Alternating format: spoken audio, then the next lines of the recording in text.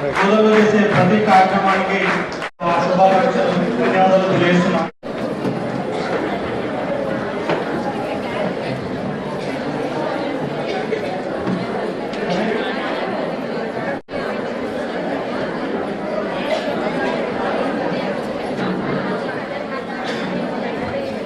కార్యక్రమానికి ముఖ్య అతిథులుగా వచ్చిన గౌరవ ప్రభుత్వ ముఖ్య సలహాదారు శ్రీ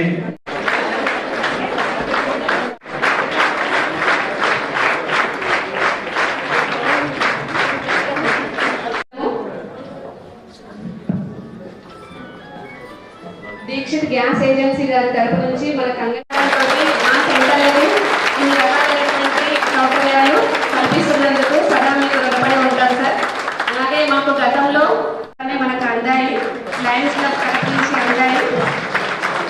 ఆ రోజు నేను సార్కి విన్నవించుకున్నది, సార్ మాకు ఇంకా రైస్ కుక్కర్లతో పాటుగా మన అంగన్వాడీ సెంటర్లకి చాలా రిక్వైర్మెంట్స్ ఉన్నాయి సార్.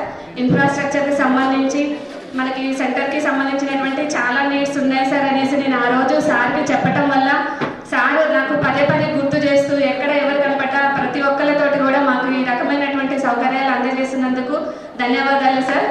మాకు ఈరోజు 113 మన గ్యాస్ స్టవ్స్ ఇవ్వడమే కాకుండా మనకి ఈ రైస్ పోసుకోవడానికి టిన్స్ కానివ్వండి, తర్వాత రైస్ సాంబారు వండుకోవడానికి చిన్న బగాన్స్ కావండి, ఇవన్నీ కూడా సార్ కృషి వల్లనే మన బోధన్ ప్రాజెక్టులో ఉన్నటువంటి 131 అంగన్వాడీ సెంటర్లకి సార్ విడతల వారీగా అందజేస్తున్నందుకు దృష్టికి తెచ్చిన తర్వాత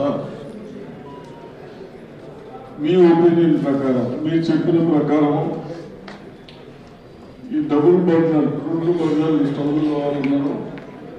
మన రీసెంట్లో ఏమో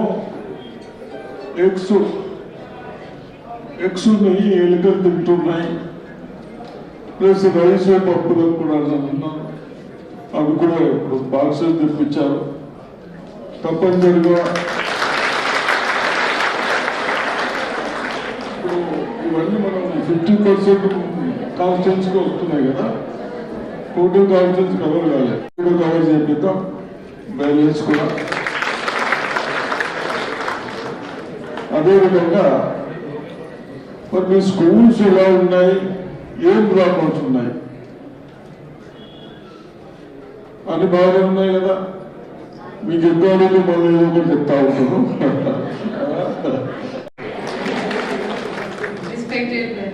చీఫ్ అడ్వైజర్ సార్ గారికి, సబ్ కలెక్టర్ గారికి, మోహన్ గారికి, నాగేష్ గారికి, రామకృష్ణ గారికి, ఇతర ప్రజాప్రతినిధులకి, మీ ప్రియతమ సిడిపిఓ గారికి, అంగన్వాడీ టీచర్లకి అందరికీ నా యొక్క నమస్కారం. సో ఫస్ట్ ఆఫ్ ఆల్ నిజంగా మహిళలు ఇంతమంది సంఖ్యలో ఇక్కడ వచ్చి మీ అందరినీ చూసి చాలా సంతోషంగా ఉంది. ఎందుకంటే ఈ ప్రపంచాన్ని సృష్టించింది మనమే, ఈ ప్రపంచాన్ని నడిపిస్తున్నది మనమే. అండ్ మహిళలకి ఉన్న చిత్తశుద్ధి వేరే వాడికి లేదు, అది కూడా మనకి తెలుసు. అందుకే మన రాష్ట్ర ప్రభుత్వం ఏ ప్రతిష్టాత్మక ప్రోగ్రాం పెట్టినా, అది ఇంద్రమ్మ మహిళా శక్తి కావచ్చు, ఇంద్రమ్మ ఇల్లు కావచ్చు, అండ్ ప్లస్ మనకి కొత్త ప్రభుత్వం రాగానే వాళ్ళు ఫస్ట్ మీ శాఖ సంబంధించిన చేపట్టింది సంక్షేమ కార్యక్రమం ఏంటంటే మినీ అంగన్వాడీస్ ని అప్గ్రేడ్ చేయడం. నాది ఇది ప్రాంతం కాకపోయినా సరే ఇంత మార్పు, ఇంత మహిళల్ని కేంద్రంలో పెట్టుకొని సంక్షేమ పథకాలు నేను ఎక్కడో చూడలేదు. 8 రాష్ట్రాల్లో 26 దేశాల్లో నేను పనిచేసి ఉన్నాను. సో నిజంగా ఒక మహిళలకి ఇంత ప్రాముఖ్యత ఇవ్వడం నిజంగా చాలా సంతోషంగా ఉంది. సో అంటే మనకి హక్కుతో పాటు బాధ్యతలు కూడా వస్తాయి. ఇందాక రెస్పెక్టెడ్ అడ్వైజర్ సార్ మాట్లాడేటప్పుడు నిజంగా వాళ్ళు మన శాఖ అంటే మహిళా సంక్షేమ శాఖ ఎప్పుడు కొంచెం ఠీక్ హై చల్తా హై టైప్ శాఖ ఉంటుంది, అంతే కదా, నడుస్తూ ఉంటుంది, నడవనియండి. బట్ వారి ప్రత్యేక చొరవతో ఆల్మోస్ట్ ఒక 113 అంగన్వాడీ కేంద్రాలకి గ్యాస్ సౌకర్యాలు ఇవ్వడం నిజంగా చాలా గొప్ప విషయం. ఎందుకంటే 2005లో అంటే ఫస్ట్ తమిళనాడులో స్టార్ట్ అయిన తర్వాత ఏదైతే మిడ్ డే మీల్ కావచ్చు, అంగన్వాడీలో టేక్ హోమ్ రేషన్తో పాటు పిల్లలకి మన గర్భిణీ మహిళలకి ఇచ్చే ఏదైతే బియ్యం లేదా కుక్డ్ ఫుడ్ ఉందో నిజంగా దానికి గ్యాస్ స్టవ్ కావచ్చు, బిందెలు కావచ్చు, గిన్నెలు కావచ్చు, గుండె మన ఎగ్ ర్యాక్స్ కావచ్చు, ఇవన్నీ చాలా ఇంపార్టెంట్. బట్ సార్ అంతా క్షుణ్ణంగా మానిటర్ చేస్తారనేది నేను అనుకోలేదు, ఎందుకంటే వారి స్థాయిలో వాళ్ళకి వేరే సో నిజంగా అది గొప్ప విషయం. అదేవిధంగా నేను ఇక్కడ ఆదినారాయణ గారికి అండ్ శరత్ గారికి వారికి కూడా ప్రత్యేక ధన్యవాదాలు తెలియజేస్తున్నాను. ఎందుకంటే మనం ఎప్పుడూ అడుగుతూ ఉంటాము సమాజం ప్రభుత్వం మా కోసం ఏం చేసింది, కానీ మనం కూడా అడగాల్సిందే మనం ప్రభుత్వం కోసం మనం సమాజం కోసం ఏం చేసాము. సో ఇది నిజంగా చాలా గొప్ప విషయం. అదేవిధంగా మన సైడ్ నోట్ అంగన్వాడీ విషయంలో మీ అందరికీ తెలుసు, కొన్ని జనరల్, కొన్ని క్యాజువల్, కొన్ని డెత్ వేకెన్సీస్ ఉన్నాయి. అది కూడా ఉన్న మన కొత్త మేడం పూర్తి చేస్తారు. వేరే జిల్లాలో ఉన్నప్పుడు కొన్ని విషయాలు డిస్కస్ చేయడం జరిగింది. అది మేము తప్పకుండా అడ్వైజర్ సార్ దృష్టికి తీసుకొని వెళ్ళి ఆ వేకెన్సీస్ కూడా త్వరలో నింపేలాగా ప్రయత్నం చేస్తాము. మీ అందరితో మా రిక్వెస్ట్ ఏంటంటే పిల్లలకి పెట్టే భోజనం, అది గుడ్లు కావచ్చు, బియ్యంలు కావచ్చు, నాణ్యతతో కూడిన ఉండాలి.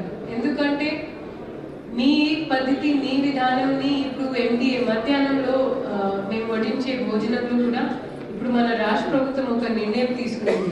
సో మీరు చేసిన బెంచ్ మార్క్ ని ఇప్పుడు వేరే శాఖ వాళ్ళు అనుసరిస్తున్నారంటే మీరు చాలా గొప్ప చేస్తున్నారు దాని అర్థం. సో అలాగే కొనసాగాలి. అండ్ ఒక మహిళగా, జిల్లా పరిపాలన అధికారిగా మీకు మాట ఇస్తున్నాను, మీరు తప్పు చేస్తే క్షమిస్తారు.